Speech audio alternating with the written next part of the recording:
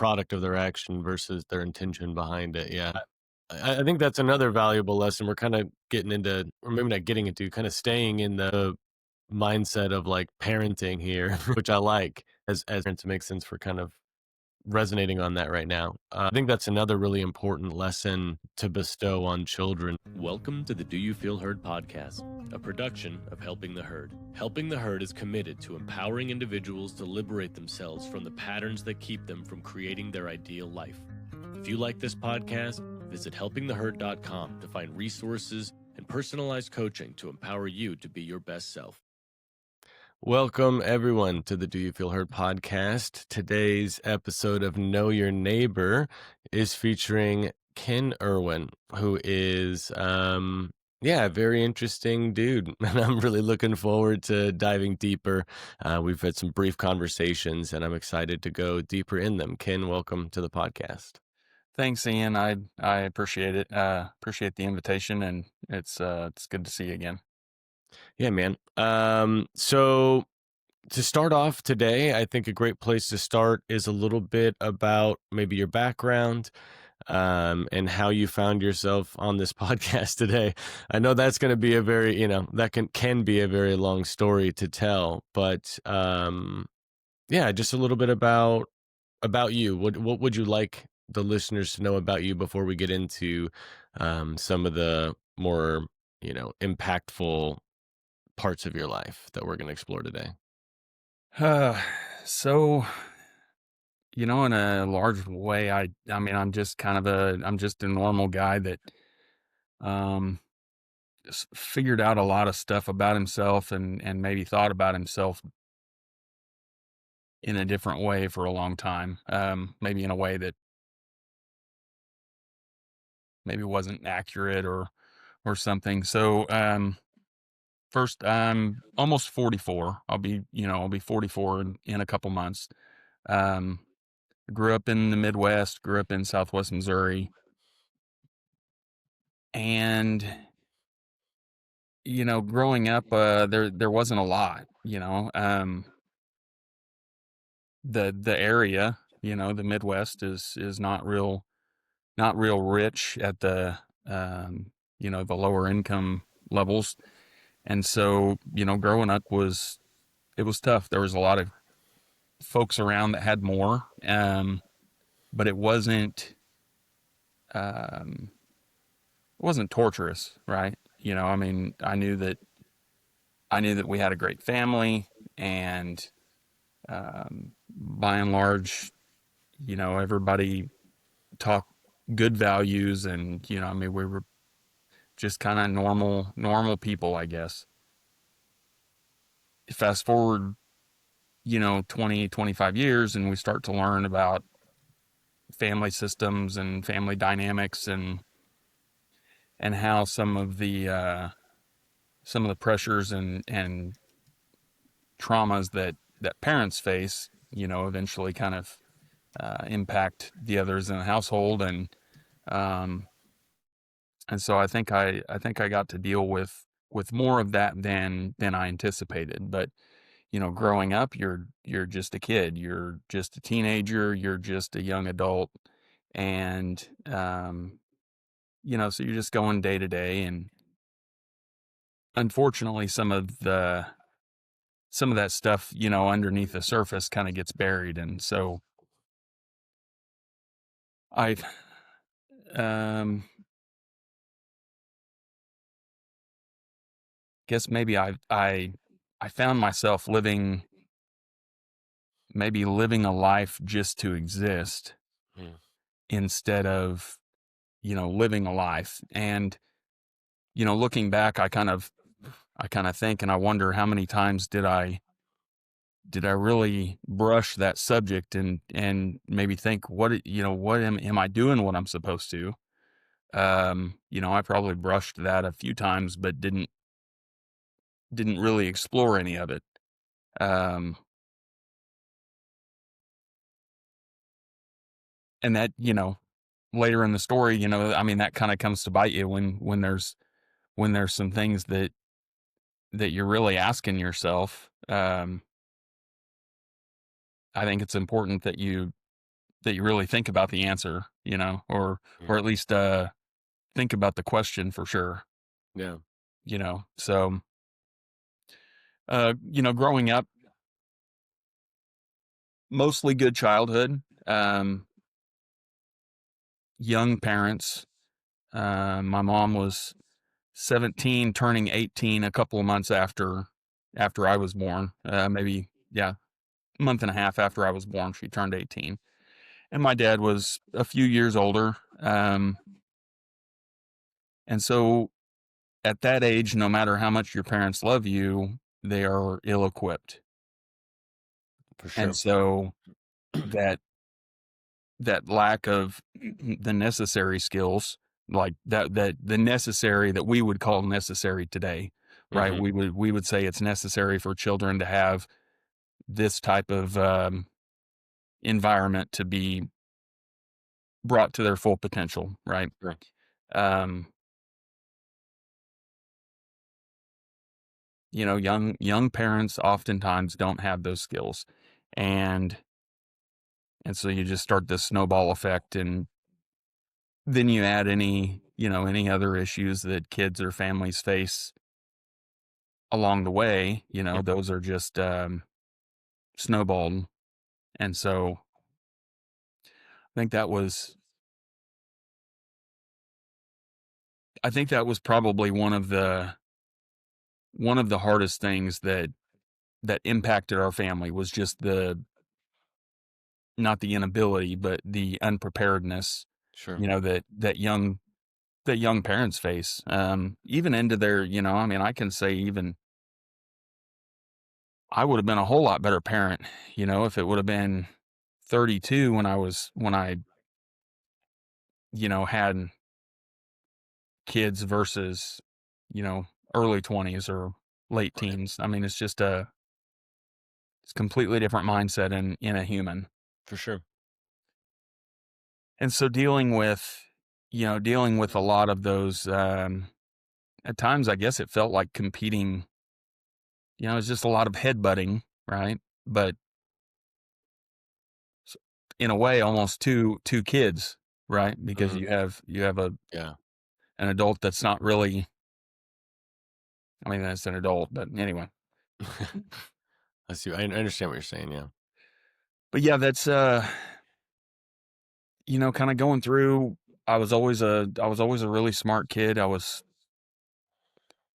always had really good grades, included in the, I guess now we call it the GATE program, right? Hmm. The gifted, talented. The school that I was at was small enough that it was, a dozen kids or something. It wasn't a huge class, but so I always was always interested in learning and trying to get the answer, uh, the correct answer. I wanted to have the right information, and that can see where for a young parent that can cause um, some more headbutting, right? Because when you have a kid that you think is being argumentative, but really they're just very deeply curious. Um, I think that can bring up some disagreements and tumultuous interactions. And so I get kind of growing up in that environment, I I learned to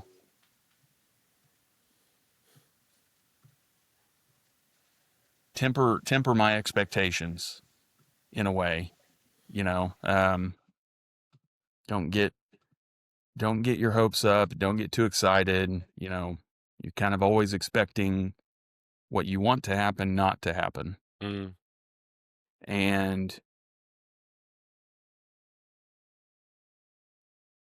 to a point, I suppose that protects some sensitivities, For right? sure. Yeah. But it doesn't do a lot for hope.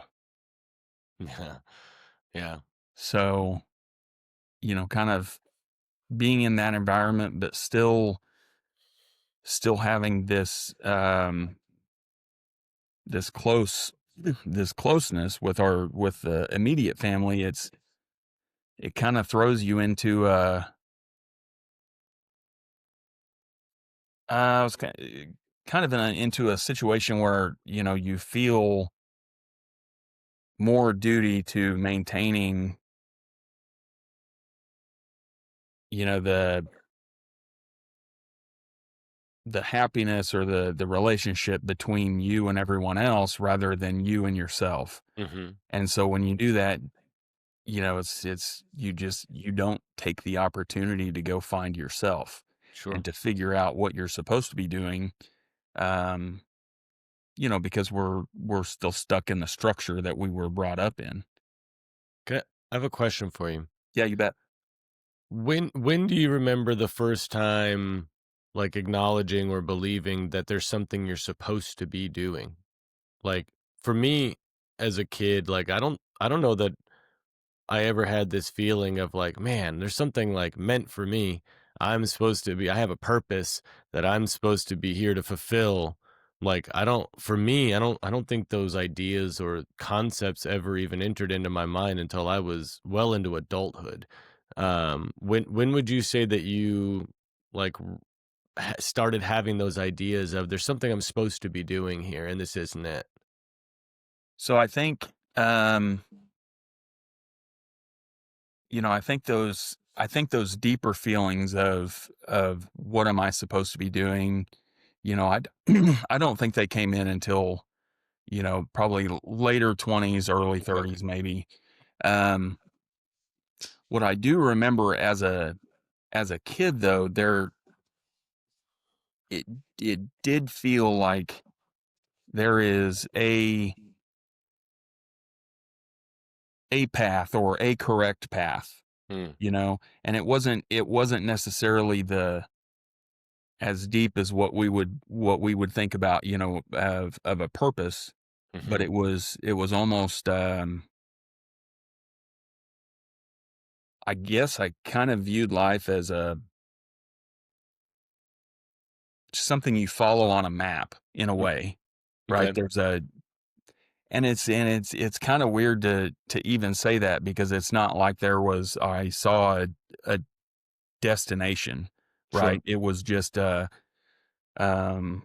A direction, a heading. yeah, yeah, it was just, this is the way you do that. And, some of that could be societal as well, right? Because we kind of tend to value this, go to school and go to college and, go out and go to work and maybe have a family. And, I mean, we view these steps, in what we Yeah. call life. And so maybe that was kind of bleeding over into, what I might have thought was possible, right? And I just, again, another limiting, that limiting mindset where we Mhm. just like, well, this is how it's supposed to go, and it's not always like that. Yeah, do you feel like when you were a kid, was there a lot of, like, maybe religious, like, influence as far as, like, good, bad, right, wrong, like, this is the right path, this is the wrong path, this is the good thing to do, this is the bad thing to do, like, is that also steering maybe the direction? Yeah, I think so. It's I wouldn't call it religious, but I would say it is religious adjacent. Okay. Because we weren't ever really religious necessarily, but the moral expectation of the family was, kind of steeped in religion, I guess, Okay. to a point. It was not really, yeah, there was always a definite, right and wrong and good and bad. Mhm. Um And that was dictated by the parental unit, and right? that was, Yeah. that's exactly right. And so if you take a half a step back and remember that young parents are ill equipped, right, Right. to to deal with some of this, and then we start to realize that, well, some of these rules and right and wrong are just handed from somebody else, right? Right. And Likely their parents exactly. and their parents before them, and yeah, Yeah. especially if they're younger, they haven't had the opportunity to live life and kinda contradict some of those things or question or challenge some of those belief systems that have been, passed down to them. Yeah. Yeah, and so as they've been passing those belief systems down, you know, maybe they start to believe it, maybe they don't. Um, I would imagine the first half of the child's life, the parents are like, "Yeah, this is the way we're supposed to do it. This is what we're doing." Mhm. And then, a few years later, they start to realize, but by that point, I've already made the rules. Yeah, yeah, yeah, yeah.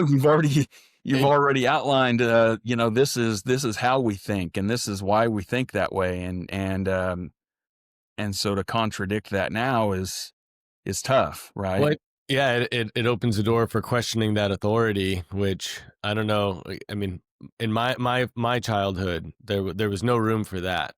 There Right. was no room for questioning of authority. What mom says, in my experience, my mom was it was a matriarch family, and so what mom says goes, and for her to have kind of walked back something that she had said definitively is the way or is right was not on the table. Yeah. Yeah, that's, very familiar. Yeah. Yeah, very familiar. Um, Yeah, and that's a trap, that ego, pride, authoritarian. Like I need yep. the authority, I need someone to, I need the obedience. And so if I lose that by saying, "Hey, I was wrong about this," or "I didn't know that this was not the right way. I thought it was, but now I've changed my mind." That then brings in the idea of, "Oh, we can question things because you weren't always right." And that really, yeah. Yeah, That that's wasn't something acceptable. yeah, and, I mean, as a dad, I can see where, I have at times fell into that same mindset. What I tried to do early on, and my now ex-wife, her as well, we both, when we started to realize those things, we tried to share as much of that as possible with our girls. Mhm. Um, because when I was and you as well, most people, when you're a kid, you just kind of think like, okay, the adults know what's going on, Right, yeah. right? It's just kind of an assumption. And then eventually you figure out, no, nobody really knows what's going on, right? Your parents are practicing. They're doing, the best they can in the moment generally. Mhm. And when we kind of started to figure that out, it was, I think, because of both of our childhoods, it was just important to to let our girls know, like, look, we're just making shit up. I mean, we're just trying the best we can. Yeah. We're going to get things wrong.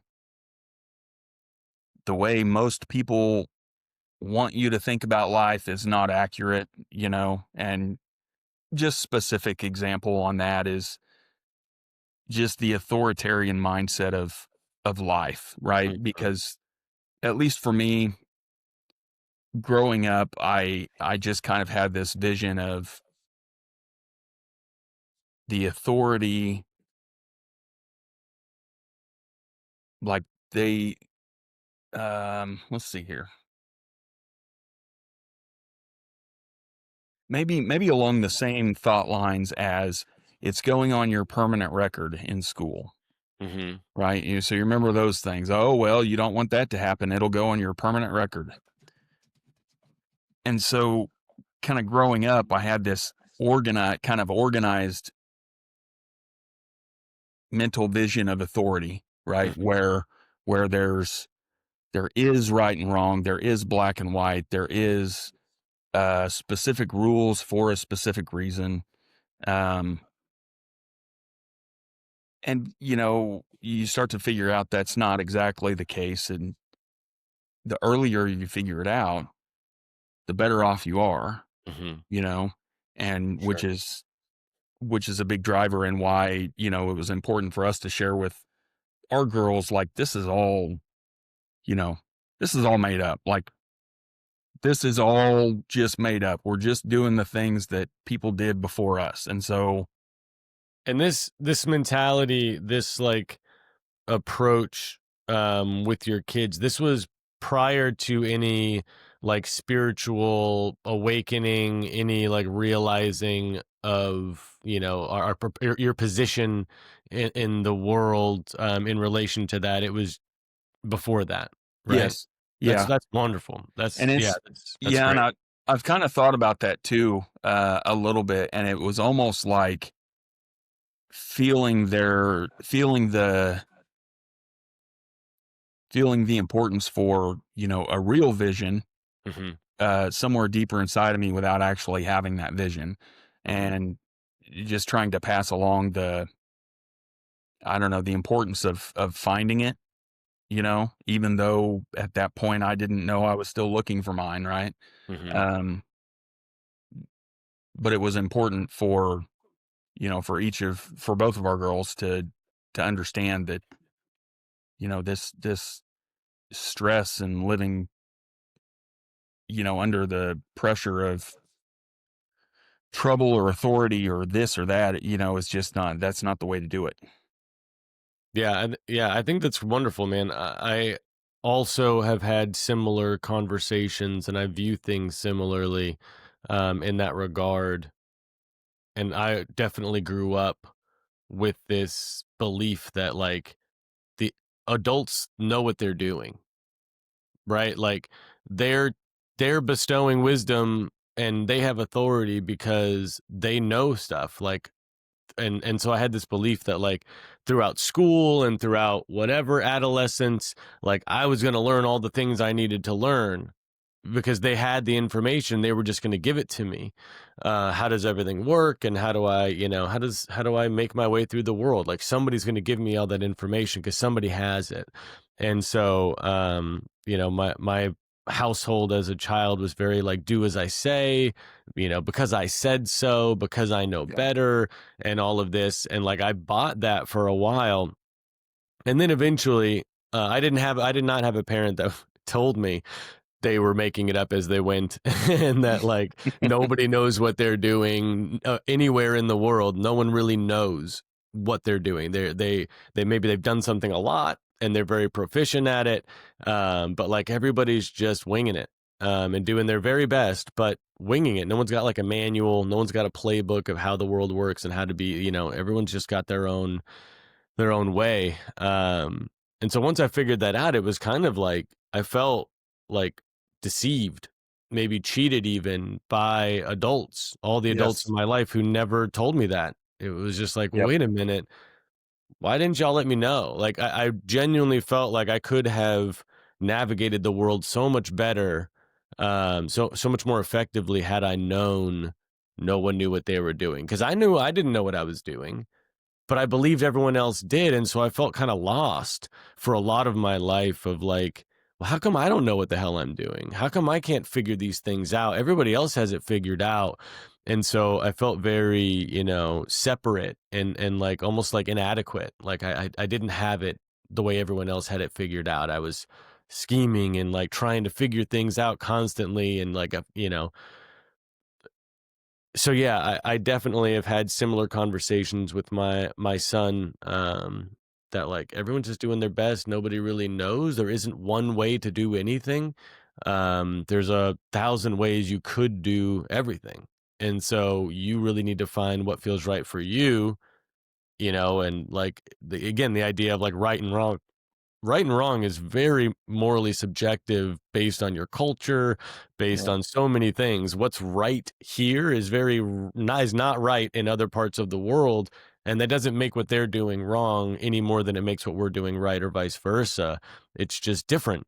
And there's a a flexibility to morality in this world because there isn't one definite way to do anything.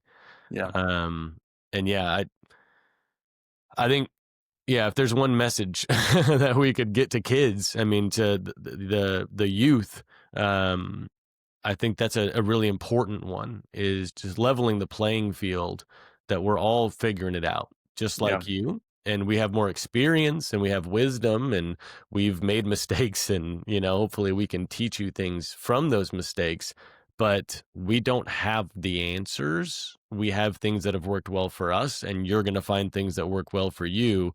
And hopefully you're, checking in with like your moral compass, your intuition, what feels like the right thing to do for you in that moment. Um, but other than that, there's no, you know, definitive way to do anything. Yeah. I can really echo the the feeling of being deceived, when you kind of figure out like, oh, okay, well, you only know that you have to go to this place because somebody told, like, there's no, I don't know, there's no just a official, I guess, maybe, Mhm. there's no Yeah. official, I guess. But yeah, the feeling of, yeah, I can really resonate with the feeling of being deceived when you start to figure out, well, you were told no because somebody didn't want to deal with XYZ, Yeah. or, oh yes, your idea would have worked if they would have listened to you, but they didn't because they didn't want to deal with XYZ, Yeah. you know? Um, and guilty, guilty is charged. I've done the same thing. Um, but yeah, it is kind of aggravating, when you kind of figure out, oh, all of us just make this up. Um, What age would you say you figured that out? oh gosh.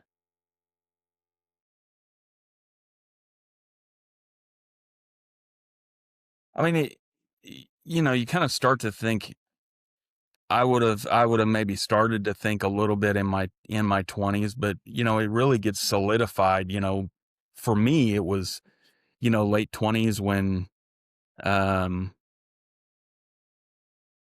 oh, I guess, probably right, what, 2008 to 2010, when things are just kind of falling apart in the US. And like, I went to college. My wife at the time, she was going to college, in college, and we're doing what we're supposed to do, right? And it's not getting us anywhere because everybody's doing the same thing and it's not working anymore. Yeah.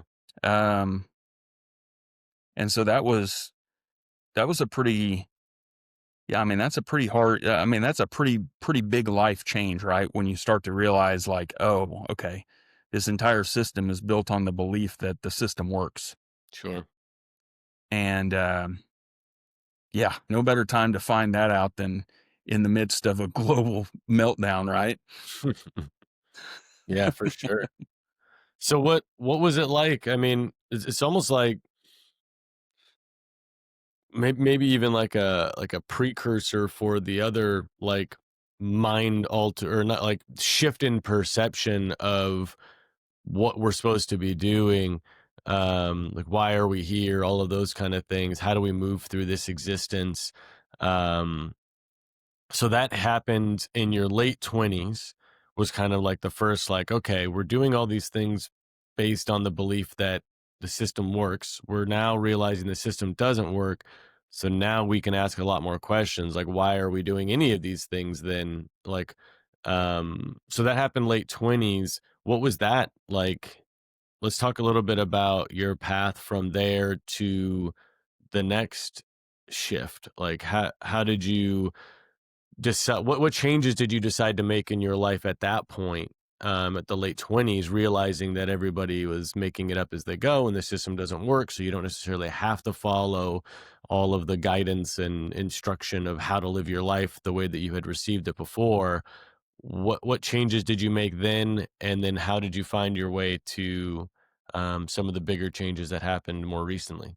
So so I guess the immediate changes, the immediate changes weren't real drastic. You kind of start to, I guess I suppose I started to contemplate and think more deeply about what is it that I'm really doing, but I don't know that right away I made many of the changes that I should have, you Okay. know. I think, looking back at that point, the girls, our daughters were, um, 10, 9, 10, 10, 11. And so we started to move into this piece of life where, they're sports and they're doing sports and they're traveling for sports and things like that. And so unfortunately, when realizing some of that, I still get drawn back into this normal habit of, just kind of the normal day-to-day life. Hmm. And what I can say is there are some drawbacks to that, but I think if you eventually you find out what's important, you know, but if you focus on not necessarily what you're doing, but maybe not the activity that you're doing. And so here specifically I'm thinking about softball, but our daughters could have done anything else. Um if you if you just treat each of those trips, each of those entire weekends that you're just giving up to go to this Hmm. softball field, basketball court, whatever it is, treat each of those like a vacation, like an adventure. Um,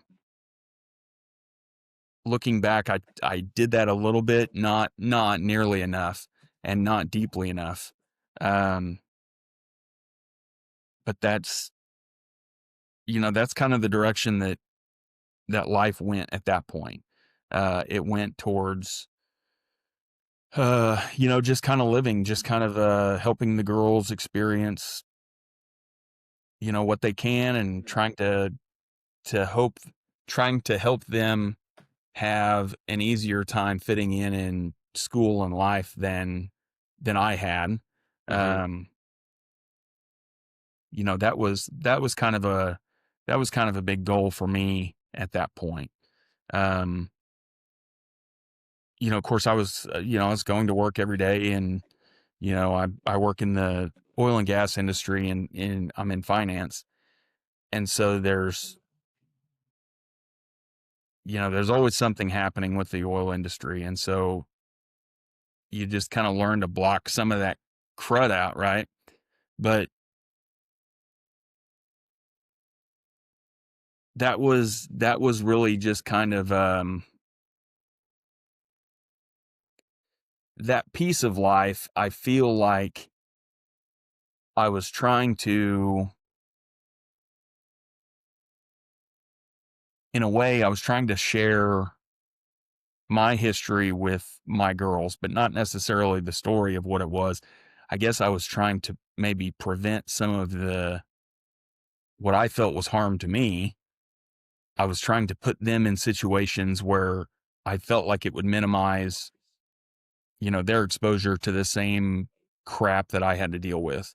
Uh, whether that be being made fun of for, being one of the poor kids, or having longer hair, or what, I mean, just anything, just any of the nonsense. And so I hadn't really thought about the fact that maybe that's what I was doing during that point, Mm.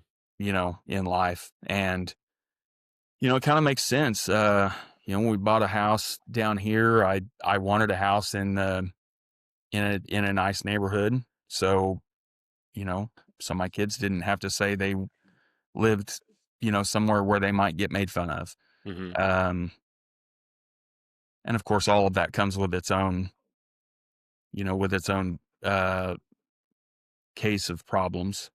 But yeah, I think that became my new focus, and I don't, looking back, I think from the outside looking in, it could seem like a lot of it was personally materialistic, or, where I was trying to show off this or that, but um, preventing the impacts, Mhm. you know, um, of anything to yourself or to others can often, I've I've learned over the last year and a half, that can often look very selfish if the motivation isn't understood, Right. um, because people aren't perfect, and I could do a lot of things better, but um, I have to remind myself, quite a bit to try to understand somebody's true motivation, instead of, Mhm. just the superficial, what the action looks like. Right, yeah, the product of their action versus their intention behind it, yeah. Yeah. I think that's another valuable lesson. We're kinda getting into the or maybe not getting into, kinda staying in the mindset of, like, parenting here, like, which I like, as parents, it makes sense for kind of resonating on that right now, but I think that's another really important lesson, to bestow on children is, like, focus less on what you're seeing people do and seek to understand why they're doing it. Because, for instance, like I'm a big communication nerd. Words are so important. The way that we say them, and just this communication is so it shapes our world. It shapes our experience and the world that we live in and how we perceive the world and move through it. And so, like words, something I've taught my son is like words, there's no such thing as a bad word. I grew up with words I wasn't allowed to say, but you did better believe I said those words just when mom wasn't around. I Yeah. said those words in front of my friends, maybe even, in front of other adults at times.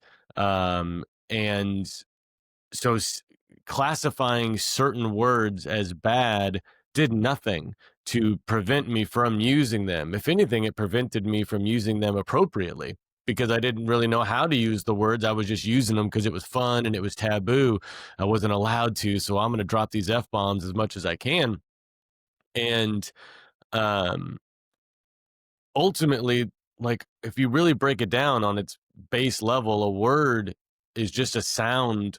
We're making sounds with our vocal cords, with our mouths, and other people are interpreting what those sounds mean based on what they learned those words to mean, and also your tone and your body language and all these different signs that they're picking up on. Um, but ultimately, like a word can only be bad or um unkind or whatever if you intend for it to be unkind, or for you intend if you intend for it to be mean or hurtful, then that's when it's hurtful. Otherwise it's the other person who's interpreting it as a certain thing. They're making it the bad thing, not you, Yeah. right? And Yeah. so um yeah, that's a lesson that I have tried hard to instill in my son is like intention is pretty much everything. How what you intend behind your actions and behind your words and your choices is what you have. And like you check yourself of, are my intentions good or bad? Did I intend to do some negative thing here? And if I did, well, then let me explore that. Let me figure out why I wanted something bad to happen, or I wanted someone to feel pain or whatever. Because we've all been there. Um, but anyway, so like I think that's a really another beautiful, you know, um, parental wisdom that you can give to your children is that they are they determine their intent, not someone else, and how someone else feels about what they did when they intended to do good. Like that's the other person's, responsibility to navigate their feelings about that, not yours to walk on eggshells around, how you move through the world. As long as you're intending to do good, then go do the good. Yeah. Yeah, there's always going to be somebody out there that recognizes that you're doing, or that you're trying your best, or that you're doing the best that you can, and that you are trying to do good. And those are the folks that you need to surround yourself with. The folks that recognize the sensitivities that you're trying to convey. Mhm. You know, Yeah, and on the flip side, there's always gonna be someone who's gonna misinterpret what you're saying because of their own internal struggles, and what they're dealing with. yeah, And not to say we should avoid those people, but at least be mindful, be aware that that person's program or pattern is to misinterpret because of their own internal things, and not take that personally. Don't take that on as you've done something wrong because they've interpreted what you've done as something that they don't align with.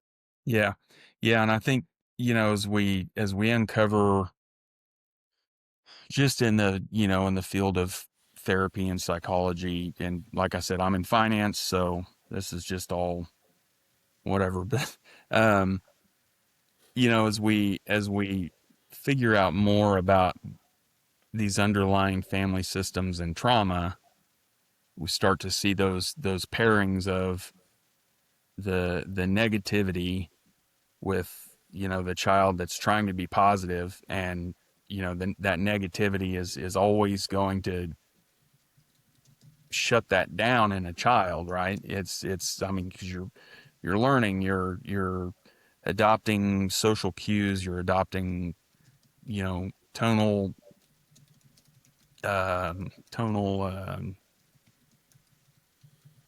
habits or habituations, right? So you're picking up all of those things, and eventually it's that negative, I mean, the negativity, even if it's just the negativity structure, or let's see, if it's the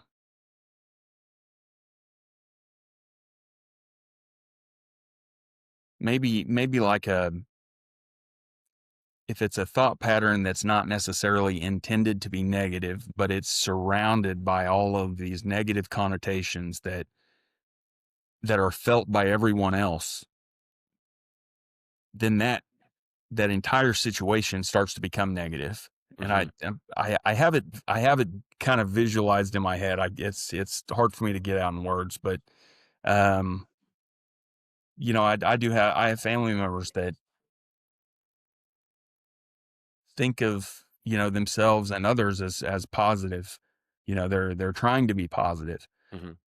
but everything that comes out of their mouth is negative, right? It's Mhm. always well, what about this? Maybe this is better. Well, it doesn't have to be better, right? I mean, there's what we have is okay. Whatever we're talking about is okay. We don't have to have a new better idea every time somebody Mhm. has something. And so I think that's a I think that environment, I think, has brought more negativity than I had really understood, before kind of growing up, I guess. Mhm. Yeah, I mean, it's just the acceptance of negativity in general is it's just harmful. for sure. No, there's a common trap of like a constant state of improvement, right? Like the human mind is looking for, I mean, maybe it's not like completely biologically, set. that the human mind does this. Maybe a lot of it is societal, Yeah. and that we're programmed to a degree to be looking at how do we make things better, how do we improve things, and in our in the civilization I grew up in, it was really focused on convenience, right? How do we make things easier for people? How do we Mhm. make you know it's too difficult to have a giant ice room where you have to have a giant ice block, in order to keep your food, from going bad. And so we need to create a machine that we can put our food in. So then we don't have to do all that laborious work to keep our food fresh. Right. And then it's Yeah. like, oh, well, if instead of everybody farming, how about just some people farm and then everybody puts all that in the store. And so those other people don't have to, whatever. So that's kind of what one view of that from my experience of how do we make things better, but also especially, I mean, mental health in the past, I don't know, 15 years has got a huge like revamp. Mhm. Everybody, not everybody, a lot of people are like, oh wow, I need to go inward and I need to figure out how to make myself better. I need to improve and I need to work on these things. And there's a unfortunate trap that people can fall into where they get stuck only focusing on what could be better and not focusing on what's right or what is good already, or the fact that life isn't perfect and it's not always going to be as good as it can be. There's some level of, and maybe this is spirituality where that comes in, but like there's some level of acceptance of this is how things are right now, and it may not be exactly how I want it to be. It may not be perfect, but it is, you know, good in some regards, and it may, sure, it could be better, but if you just get stuck in, everything could be better, it's kind of a trap to stay negative because you're Yeah. focusing on the things that aren't going right instead of focusing on the things that are. And so like that balance sometimes can be really missing, in Yeah. people's perspectives. Yeah, definitely. I think, I definitely think we've lost the understanding of how beneficial being content, can be. Yeah. Well, yeah, I think, yeah, I think that, I don't know. I mean, where does that for you? Like, how did you? Was it a more spiritual, like, space of like acceptance and contentment, or how did you find that? Well, I think I'm still looking for it. I think I'll always be looking for it, but I think just recognizing, I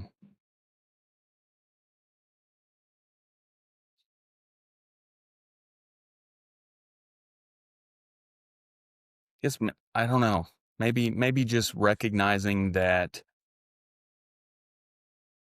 it's okay to be me, Hmm. right? It's okay to just, I'm not for everybody. Um, and I think,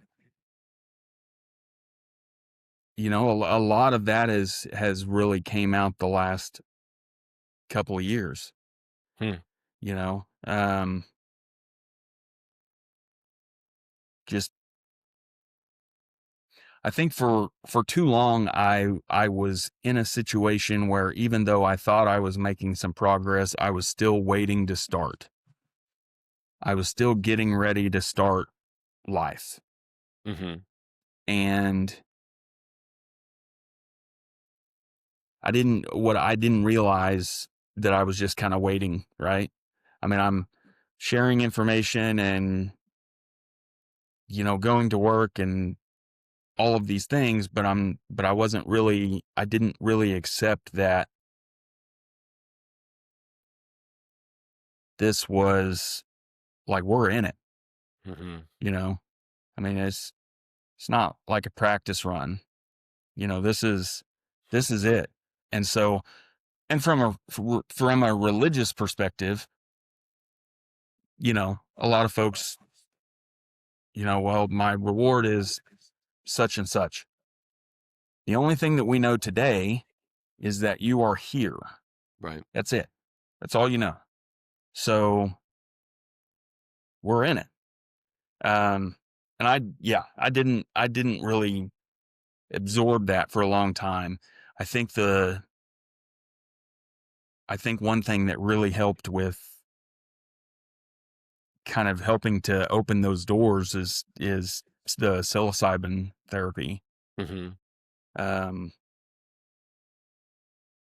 and if you want, I can kind of talk about it's kind of my, um,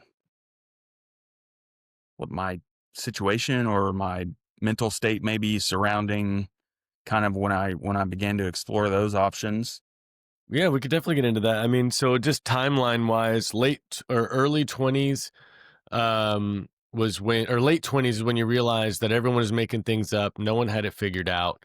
Um, let's move to, yeah, that next big shift in the way that you viewed your life and your place here in that regard. How old were you when you found that, and how did you find that? So, uh, well, so I guess I guess we kind of encountered some headwinds, I guess, around COVID, right? I mean, just the challenges, socially, mentally, financially, in 2020 up to, currently. Hmm. Um, so going through some of that, you know, I think that kind of sparked some, um, just some thoughts for a lot of people, like what are we really doing here? We're stuck at home or, I mean, we can go outside and stuff, but it just changed a lot of America's psyche. It just, for, some for better, some for worse. Hmm. Um, I think my partner, my ex-wife now, I think she was kind of facing the same thing. It's just a lot of, social pressures, and now our girls are older and getting out of school and going to college, and so we're kind of trying to figure out what we're supposed to be doing. Right, we've done all these things, and the girls are in college, and we know that they're gonna survive, and so then you start thinking about, like, well, am I fulfilled? What am I doing?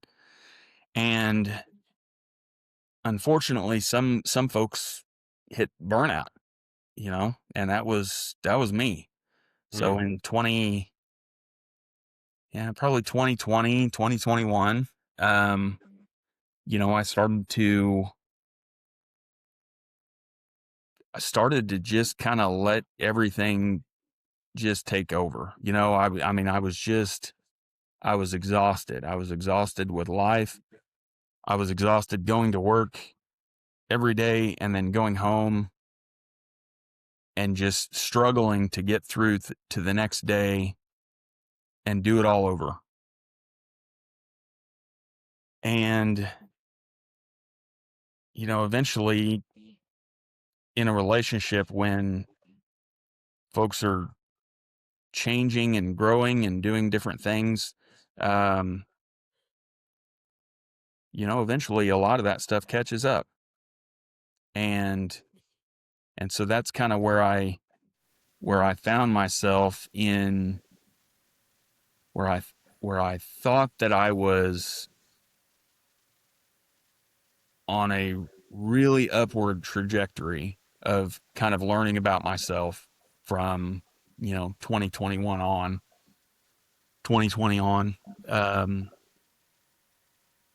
what I eventually came to realize was my trajectory was not nearly as steep as I thought it was. Um, and I was still struggling for a lot of different reasons. And in 20, so I guess in early 2024, my ex-wife and I, decided to separate.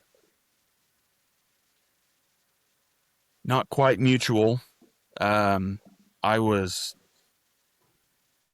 again thinking that I was on one path, but I happened to be on a different path. And that's when I realized that I was kind of missing the ball. No matter how much I was sharing with, those folks around me that I wanted to bring up, um, I was kind of in a situation where I was, saying like, do as I say, not as I do, right? But kind of in a better way, I guess. And trying to do it in a better way. I was trying to give and giving seemingly decent advice, but I wasn't taking my own advice. Yeah. And so in 2024, April of 2024, things really, really got dark, and I, started looking for options on how to just save myself, really.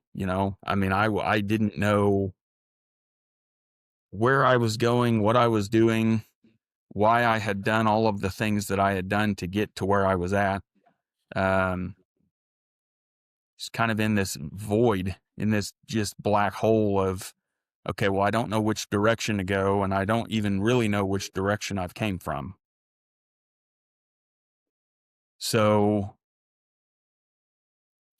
tried a little bit of started some therapy then in May of last year. Started some therapy with a therapist, and oh man, I got so lucky with the first therapist that I really had some discussions with. We got along good, and he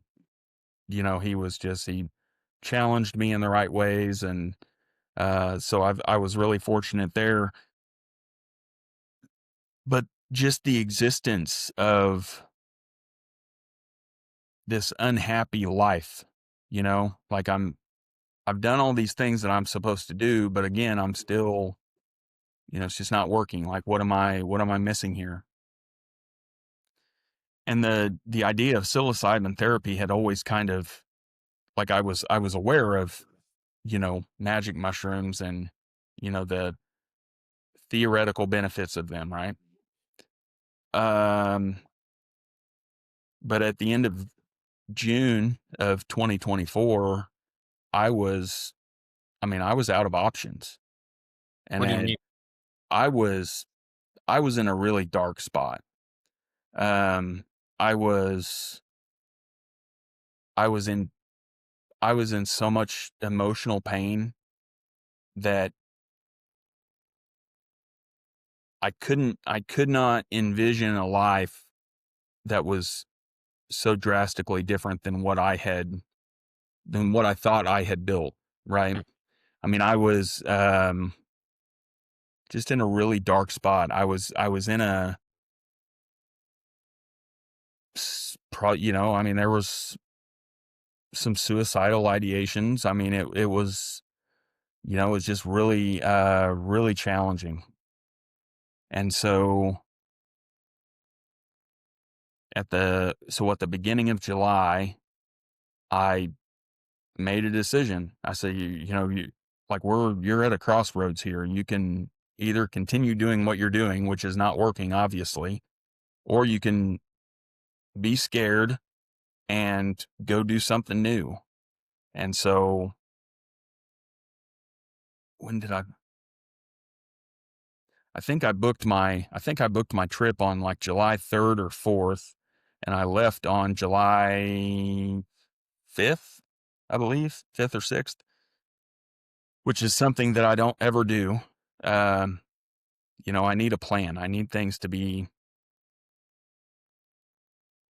not set in stone, but I need to know, like, I need to know what's going to happen. And so I said, this is what we're going to do. We're just going to do it. We're going to figure it out.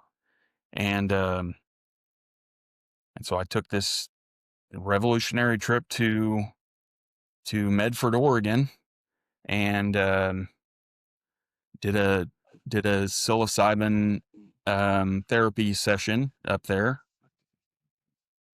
And I think after maybe the first hour and 15 minutes in, like, my life has just been on a completely different path ever since then. You Hmm. know, it's something about something about that compound was able to find whatever connection was not being made in my brain, and or whatever connection was being covered up by stress or, trauma. Hmm. And when that connection was made, and I was able to see just the beauty of existence, I guess. It's just this feeling of it's okay. This feeling of you're enough and it's okay. Kind of jump back to the beginning of our conversation. All of this is crap. All of this is made up.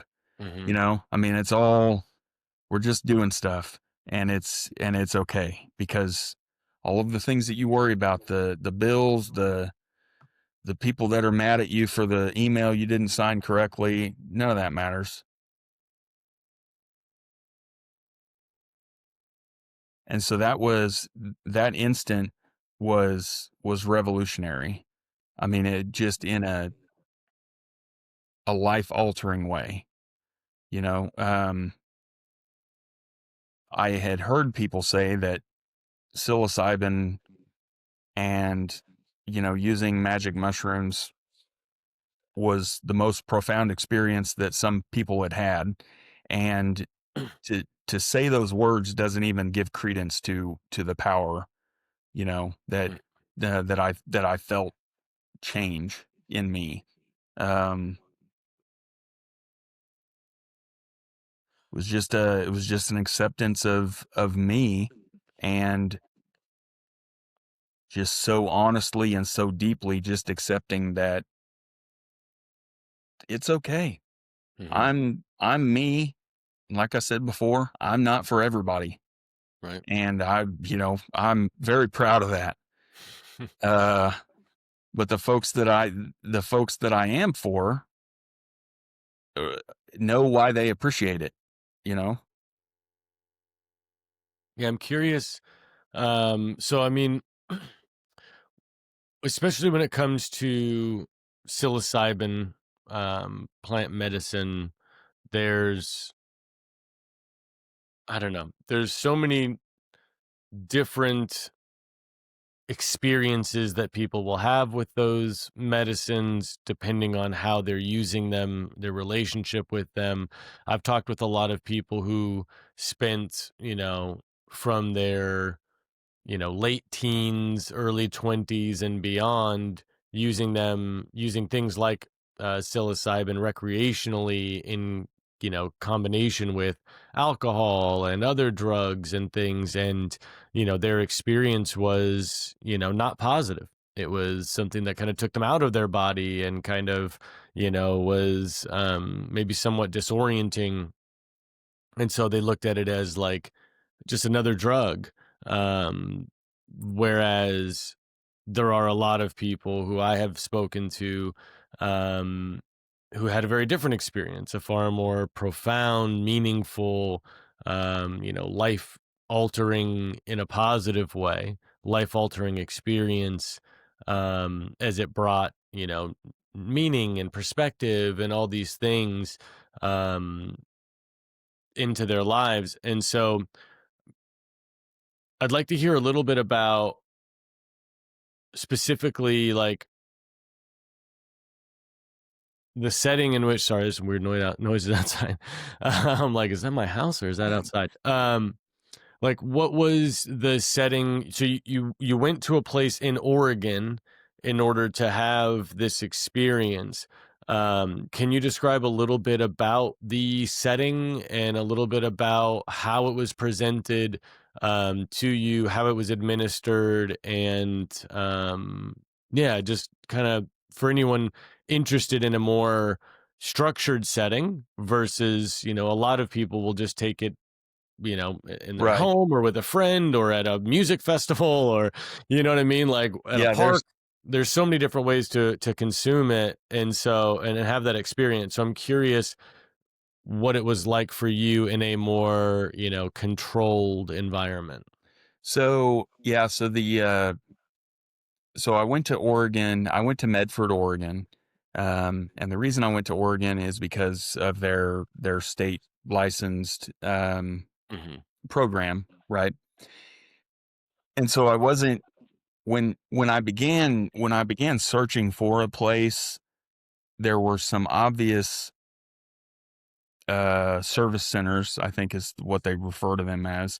There were some obvious service centers that were obviously geared more towards the recreational user, right? And so I'm thinking like names like Trip Dubs or you know Crazy Rides or some, I mean, just things like that. Just Okay. things that it's safe to assume, the clientele is going to be of one persuasion or another, just more fun or more therapeutic. What I found when I was searching Oregon's their list of service centers, I recognized a name that I had actually seen a like a 60-minute special on, and I re- it hadn't been too long before, and so I recalled the name, and I went and looked at that place, and it was just I was comfortable, with this place, and the name of it is Satya Therapeutics, and so you can keep that in or take it out, whatever you want to do. But Sure, we can give them a plug. yeah, they're amazing place, amazing staff. But going into the service center, the office, it was very similar to a more comfortable, maybe medical office, not not grays and whites or anything like that, not bland, but it was just a very unassuming, professional looking office with, um, just a nice waiting area. The rooms, there several, the service center, I think at that time had 4 or 5 different rooms that you could choose from, different size and, different, um, Like aesthetics? Is furniture there like a furniture layout and things like jungle that. room, a beach room, Right, yeah, a yeah. space room? Is it like that, or what It was the was, difference? really, I think the difference between the rooms was mainly the amount of space, the type or amount of lighting, whether it's maybe a more darker room or a lighter room. The room that I chose the largest room that they had, and it wasn't, I mean, it's not an enormous room, but I chose it because it had windows on 2 sides that were on a corner. And there was like a little, kind of like a garden area outside. And so Mm, that room was recommended to me by my facilitator. She said it is absolutely, worth the extra money to have the inside and outside that kind of feels right there. for sure. Um, and I think I'd make the same decision again. It's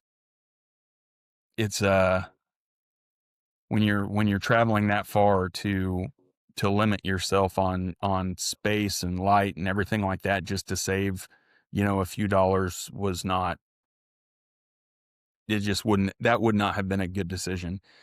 But, walking in, it's not overwhelming. You feel like you're in a safe place, a comfortable place. You feel warm and welcome and inviting. I mean, The service center was really nice. The owner, one of the owners and founder was there. Um, and then there were a couple, my facilitator, and then there was another gentleman there that was kind of operating the service center for the day, doing the sales and things like that. But I wasn't really sure what to expect, and so when I walked in and wasn't bombarded by, bright white, um, sterile Yeah, fluorescent environment, lights. so I wasn't hit with that, and I also wasn't hit with this boho chic, with 500 colors of things, and so it was perfect. It was exactly what I needed when I walked in was just, Mhm. um, okay, calm, just okay, you're safe, you're here, let's get started. Great. Yeah, I think it makes sense that room too, as like psilocybin, especially, at least from my experiences, like it's very connecting and grounding with nature as well. Yeah, And so being in just a room where you're not going to be connected or even able to see or experience nature, I think would be somewhat limiting. I don't know about your experience in that room and how much you connected to seeing that garden, or if you explored that garden during your trip, but yeah, it makes sense to me why that would be, a desirable room that would have positive, impact to be able to be connected to nature during that experience. yeah, yeah. I agree. I don't know. I don't know what the experience would have been like had that area of the room not been open. Hmm. Um, and there wasn't a time that I necessarily explored that side or the other side of the windows or anything, but it didn't feel constricting.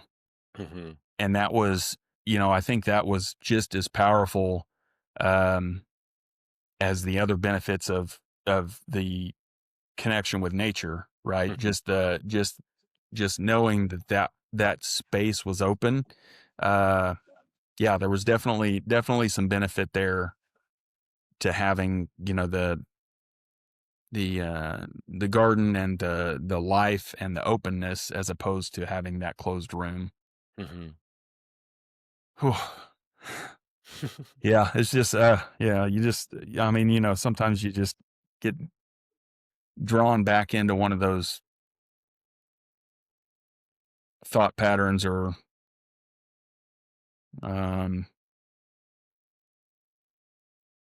oh, I can't think of the word for it. Yeah. What would you say? I mean, so I feel like we've done a pretty good job kind of starting from the beginning, of the how life was presented to you, and how you navigated it based on that in your early years, and then as life went on, you realized that there was more more to what was going on than what you were given, and there's some sort of poking holes in the stories and the structures, the systems that you've been presented with. And so at a what I would consider somewhat of like a alchemically speaking, like a rock bottom, right? You get to this Yep, place where you're like, all right, hands are up. I got to do something different. Something's got to shift here. This is not working. There needs to be something that shifts. And I describe it in that way because that's something I've definitely experienced as well, is that moment of like, all right, we can't go any lower, so we can only go higher. So where yep, do we want to go? We got to shift. And so for you finding you know, a, a professional setting to explore these medicines, um, you know, shifted things for you are you available to talk a little bit about what it shifted? I mean, Yeah. and how it impacted your life from then on? Like, so 24, how old were you in July of 24? 42. Okay. Yeah. Yeah, 42. So at 42, you have this profound, impactful experience with this medicine. What what was that like? What did you what did you like leave with as far as like understanding, as far as mindset, and how has that shaped life since then? I mean, you were talking about darkness in April. You were burnout. You found burnout during COVID, um, and then you're at this like dark place, and then you have this experience. Where do you go from there? Uh,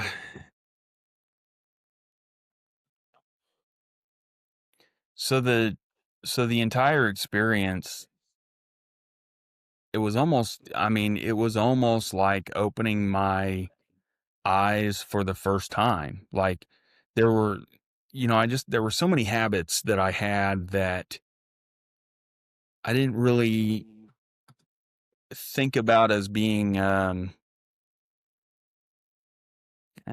negative, but, I mean, perfectionism, I mean, that's obviously, that's, a lot of people can struggle with that.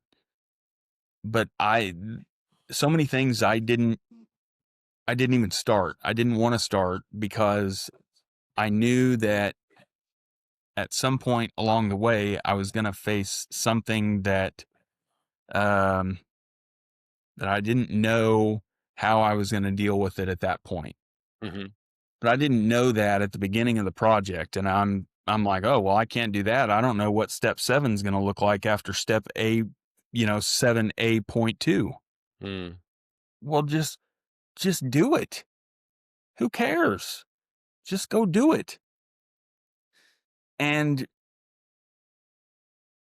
I started to realize as, going through that therapy that like there was, no matter how much I had went out and kind of done and tried to pass on to other folks, like I still wasn't living today, you know? I mean, I was still worried about,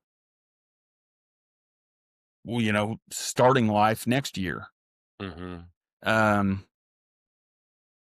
and so the biggest thing was just an immediate appreciation for existence, just an immediate appreciation for the fact that there are a lot of people that I walk by every day that really adore me, in some way as a friend or a coworker or what. I mean, there's a lot of people that I walk by every day that think highly of me, and I'm not appreciating that, you know? I'm not giving them back what they're giving me. And so it's just this entire shift in, I guess, understanding the purpose of the thoughts in our head, Mhm. right? And it's to try to summarize it in any way that doesn't sound completely over the top, is just, it's almost impossible. I went from not being able to, I don't know, not being able to plan an afternoon in Tulsa. I made a decision and I went from that to getting on an airplane and flying to Oregon with a return trip from San Francisco back to Oklahoma with no hotels, no idea where I'm going to go, what I'm going to do. And when I got done with that treatment and then I had that next week off, before I had to be in San Francisco to fly home, like I'm okay with it. It's Mm. like, oh, this is not planned out. It's not step 1, step 2, step 3. I'm just appreciating the existence that I'm in. And trying to find ways to share that with other people that I'm around. And so, that's kind of how I felt right after that experience. And I spent the next, the next 2 days I spent driving through the redwoods in northern California. So I spent a couple of days driving through the forests down the coast of California to San Francisco, and I spent a couple of days there. And when I came back to Oklahoma and I went back to work, maybe the next Monday or something, I went back to work. Numerous people that I had seen, since all of my struggles the last 3 months, numerous people that first day were able to look at me and just see that I had lost all of this stress. Like, it's just all gone. And I'm happy, and I'm just thinking clearly. And it's like miraculous, I mean, it's a miraculous thing. And kind of lost track of my thoughts there. Um, but the main change in, I guess, drive or life or whatever is just, there's just so much more appreciation for what we are, whatever that is, who we are, what we're doing. I mean, it's just, if you ever get really deep in there, and I know you have, and I know, lots of other folks have as well, but, you get really deep in there and you start to think like we're just a bunch of little cells that are, put together. And I mean, those just gets really deep. And so once you get really, really deep down there and you look up, it's just this, I don't know. It's it just still blows my mind every time I talk about it. One day to the next, Mm-hmm. from being so dark that I didn't want to exist any longer, to holy crap, this person is a beautiful person, and they're in this room with me because they care about this compound, and they want to share it with me because they know that it's going to save my life. Mm-hmm.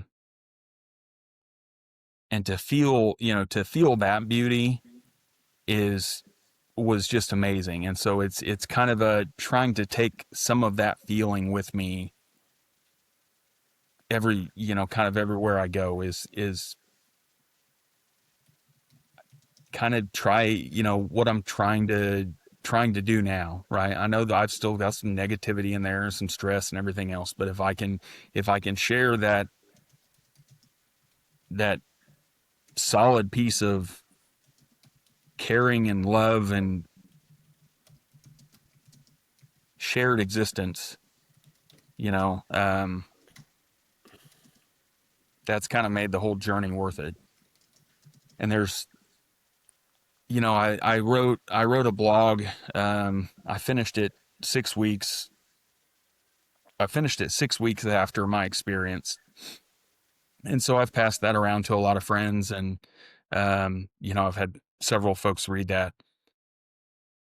And I had a meeting with a friend last week that I had shared, very, very closely shared my experience with. And, they'd confided in me that, they're struggling, and not necessarily with, ADHD or trauma or anything like that, but just the 40s, and they're struggling with, what is my purpose? What am I supposed to be doing? And after reading my story, they decided to go to the same place and do the same program. And so I met with this friend on Friday, and it was just this sincere, heartfelt, thank you for sharing.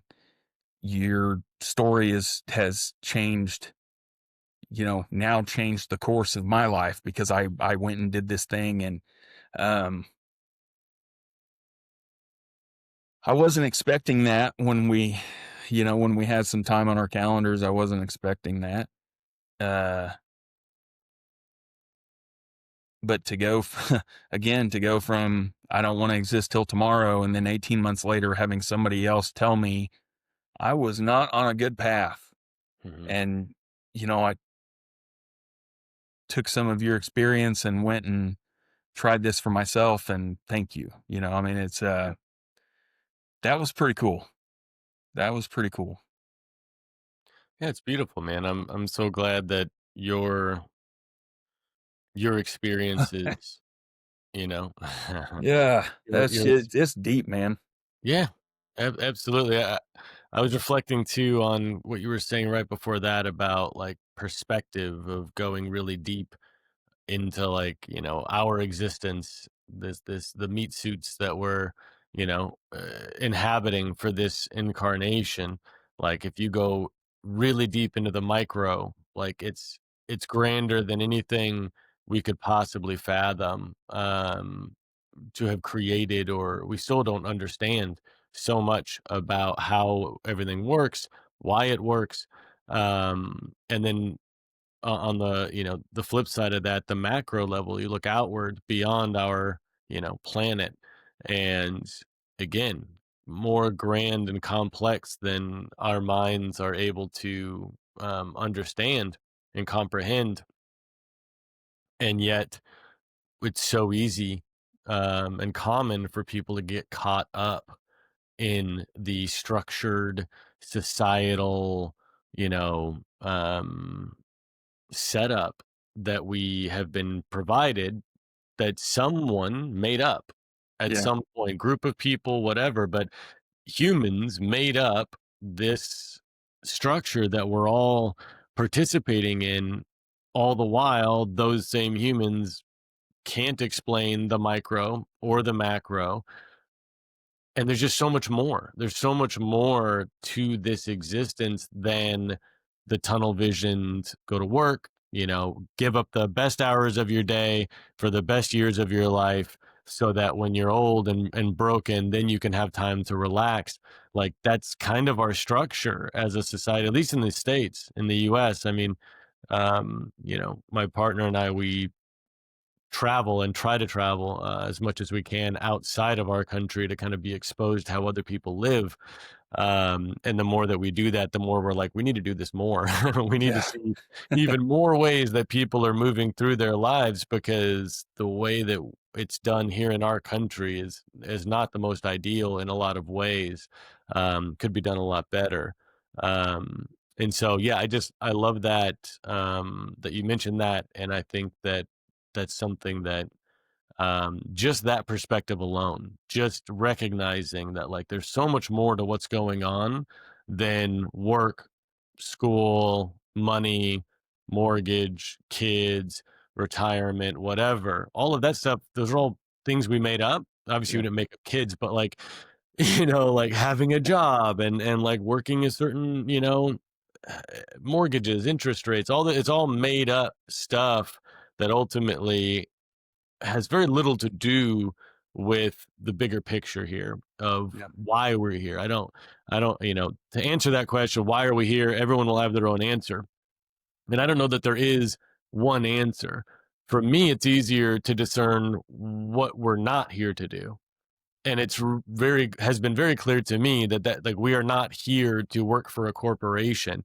No shade on Walmart, but we're not here to work to make Walmart more money so that Walmart can do whatever. Like, that's not why, that's not your purpose. It can't be your purpose, Yeah. right? Like, there's more. You're here to do something impactful and meaningful for you and your soul, your essence, whatever you want to call it. Like, you're here to do great things. And it's so easy to get stuck and trapped in a career. I little side tangent here, but like, I've known many professional working, men and women who have gotten to a point where they're like, I don't think I can ever leave my job because I've built a lifestyle around making this amount of money, working this amount of hours. Like, if I stop doing that, everything I know and everything I've provided for my family is in jeopardy. And so I'm now like a prisoner Yep. in this career. um and that's not a good place to be. That doesn't feel good, to feel like you're a prisoner, to feel like you're trapped or a slave, or you know what I mean, like you Yep. don't can't leave, and so, like, I don't know, I encourage anyone who has ever felt that way or is still feeling that way to explore alternative perspectives. And sometimes it is helpful and supportive to have an experience like what you've described, of going to a place where it is controlled, where they do have, people who are qualified to care for you while you're in this altered mindset, Yep. state of mind, State altered of state mind. of Yeah. mind. There State of we go. mind.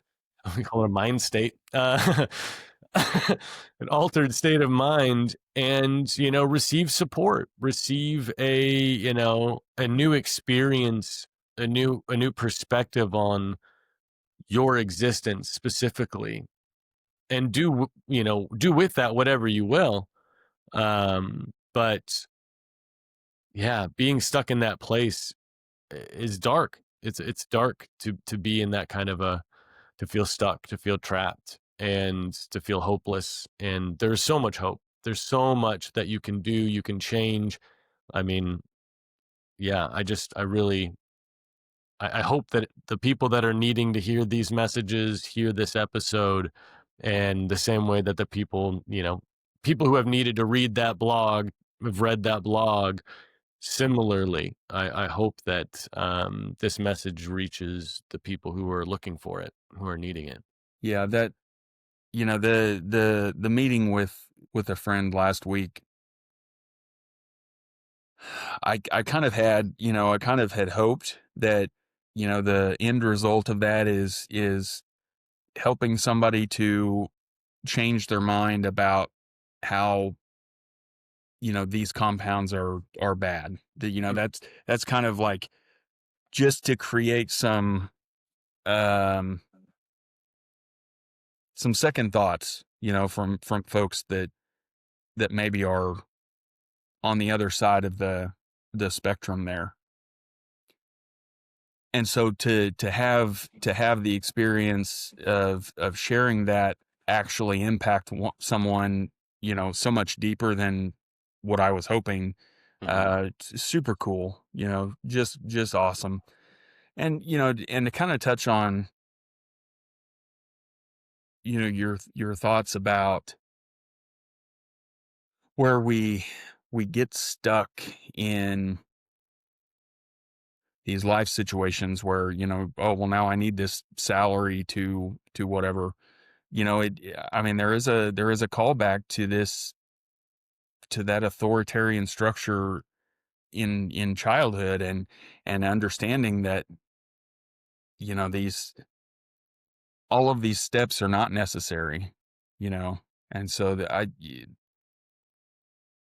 the sooner that we can share that information with, the younger kids, our kids, our grandkids, the faster we get to a place that's a healthier society, Hmm. because when you can prevent those folks from getting stuck in this trap that they don't want to be in to begin with, Right. it's a whole lot easier to prevent them from going there than getting out of it. 100%. 100%. Yeah. Yeah, I mean, yeah, avoid the trap versus trying to escape a trap, right? for Yeah. sure. Yeah. Yeah, definitely.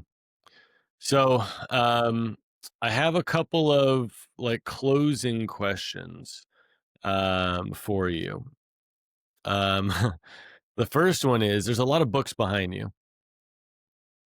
If Yeah. there's one book in that entire library there that you would encourage listeners to explore, what's one book that you would offer? Uh,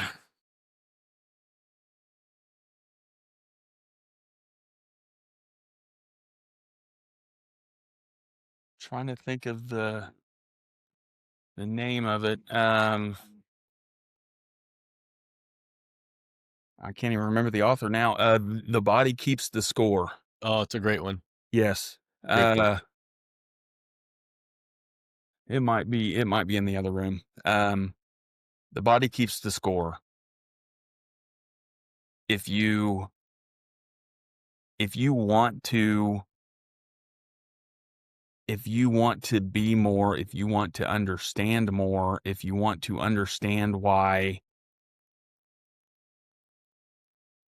that veteran is on the corner screaming at himself, Hmm. read that book.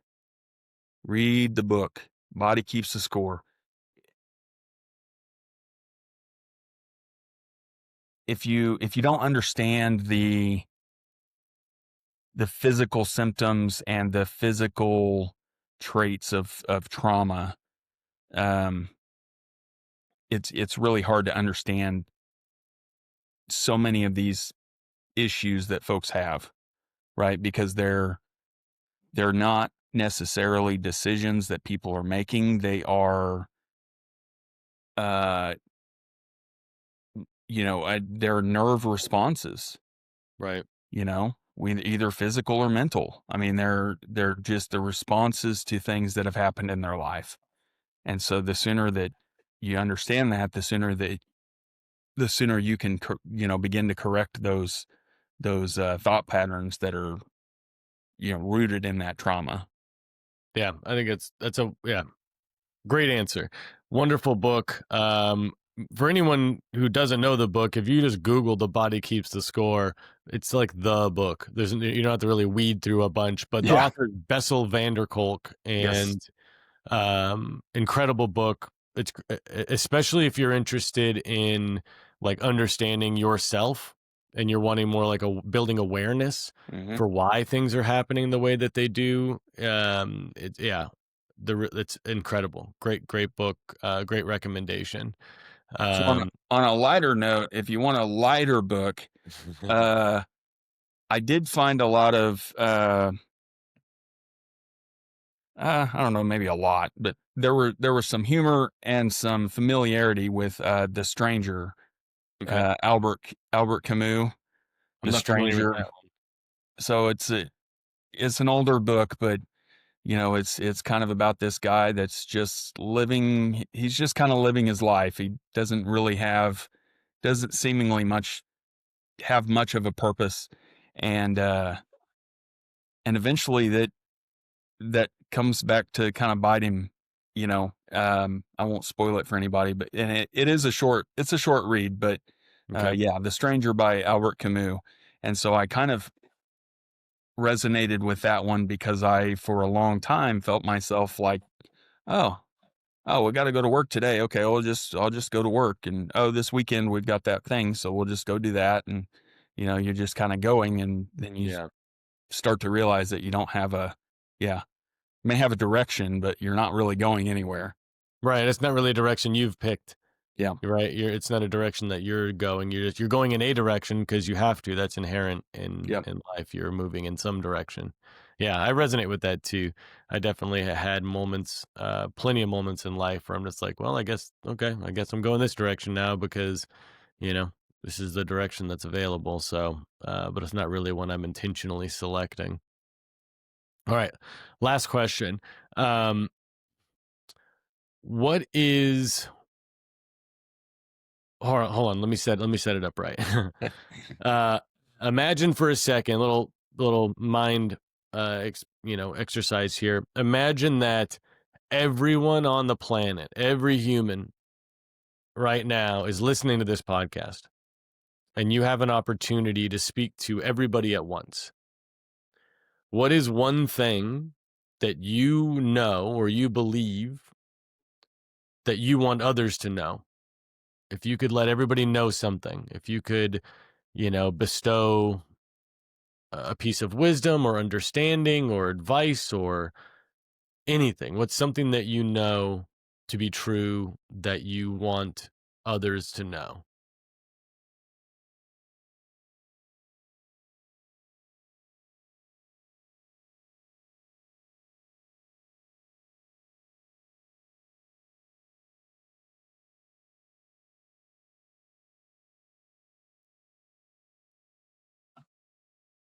I think it's a small subset of information, and I think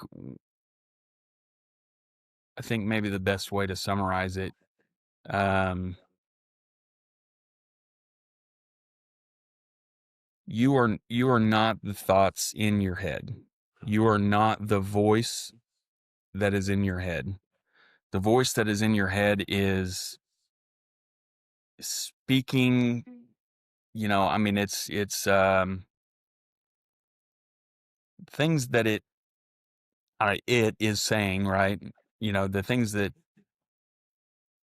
voice is talking about is lived experience, you know? Um,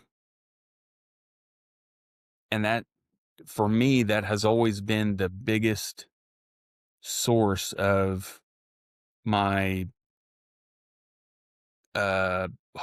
what holds me back, right? That